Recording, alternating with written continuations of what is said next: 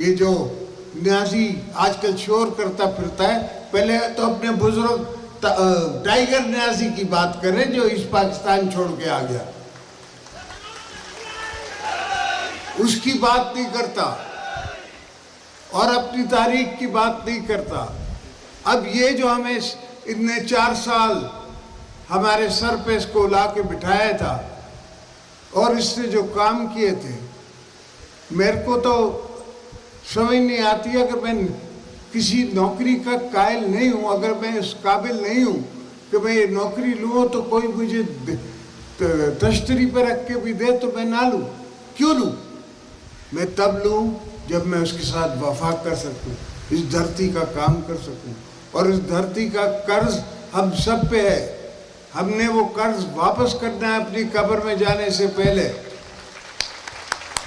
اس لیے کہ صرف دھرتی نہیں، صرف انسان ذات نہیں، اللہ بھی پوچھے گا کہ آپ کو میں نے اتنی ذمہ داری دی، آپ کو میں نے اتنی عزت دی،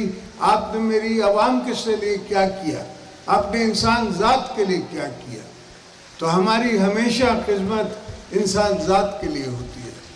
اور جو آپ کہہ رہے ہیں کہ سندھ کی حکومت نے آپ کے لیے تھوڑا بہت کام کیا ہے، تو الحمدللہ انشاءاللہ ہم اور بھی کریں گے۔ مجھے پتہ ہے آج پاپولیشن پاکستان کی کتنی ہے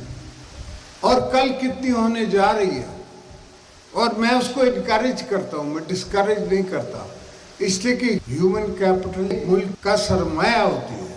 تو آپ ہمارا سرمایہ ہیں، آپ کی آنے والی نسلیں ہمارا سرمایہ ہے، ان کے لیے جتنا ہم کر سکیں اپنی زندگی میں وہ کر جائیں۔ ہماری پہلے حکومت تھی اور میں نے یوسف زفر گیلانی کو پرائم منسٹر بنایا تھا، احمد محمود صاحب کو گورنر بنایا تھا،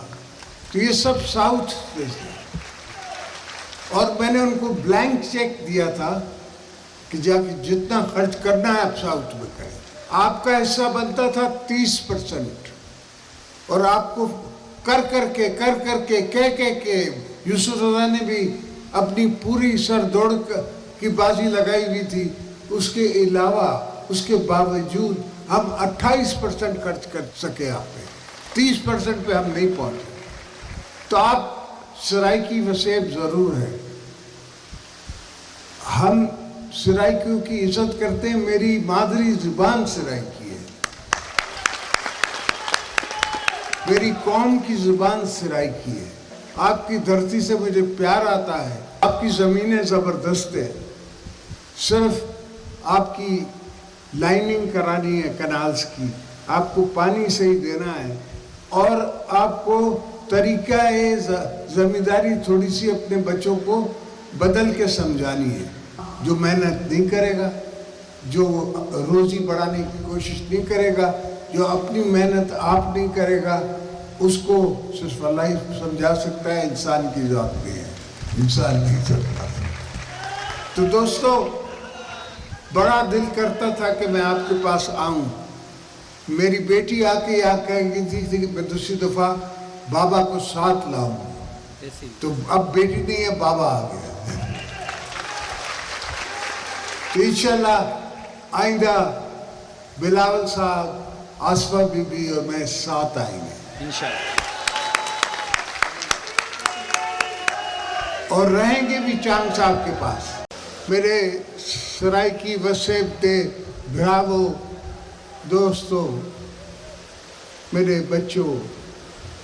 السلام علیکم جی بوٹو۔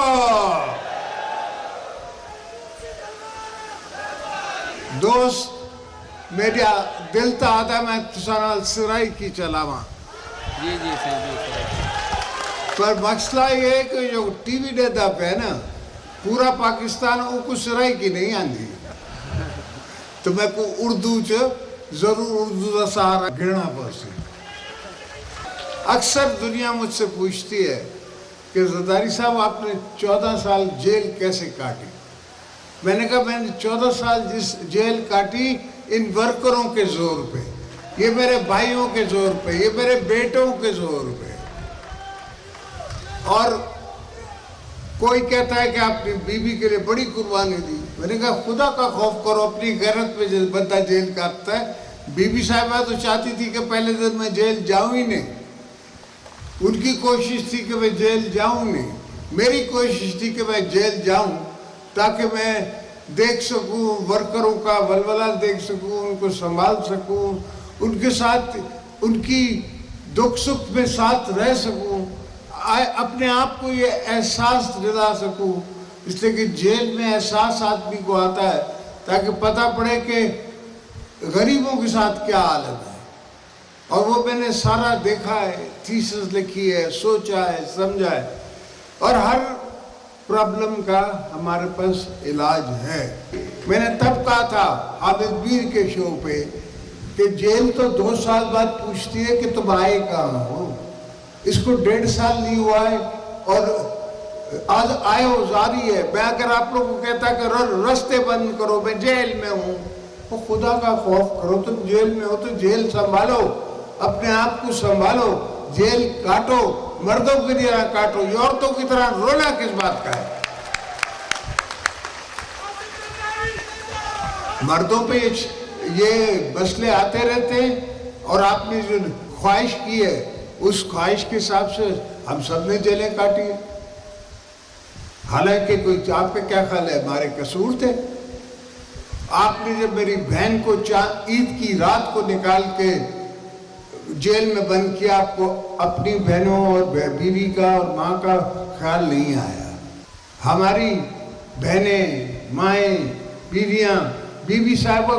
نے 5 سال جیل کاٹی ہے 24 سال کی عمر میں۔ دوستو، دنیا میں بڑی گیمز ہوتی ہیں، دنیا میں ملک توڑے جاتے ہیں، کچھ تو اس طرح توڑے جاتے ہیں کہ دوسروں کی ضرورت ہوتی ہے آپ کے مدنیات پر، ہر کام اپنے وقت پہ ہوتا ہے۔ فی الحال مسئلہ پاکستان بچانے کا ہے، فی الحال جنگ پاکستان بچانے کی ہے۔ پوری دنیا سے ہمارے دشمن پاکستان کو مٹانے نکلے ہوئے ہیں، آپ کو مٹانے نکلے ہوئے ہیں۔ جو حضرت قائد اعظم نے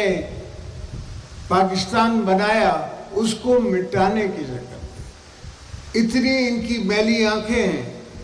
ان کی اتنے بیکار اور واہیات ارادے ہیں کہ میں آپ کو صرف یہ کہہ سکتا ہوں کہ اللہ کی مدد سے اور آپ کی دعاؤں سے ہم ان کو پاکستان بچا کے دکھائیں گے۔ چاہے پوری دنیا کیوں نہ ایک طرف کھڑی ہو جائے، پاکستان کی عوام اور پاکستان پیپلز پارٹی پاکستان کی فیڈریشن کی پارٹی ہے۔ ہمیشہ ہم نے پاکستان کا ذکر کیا ہے، پاکستان بچایا ہے۔ پہلے بھی بھٹو صاحب نے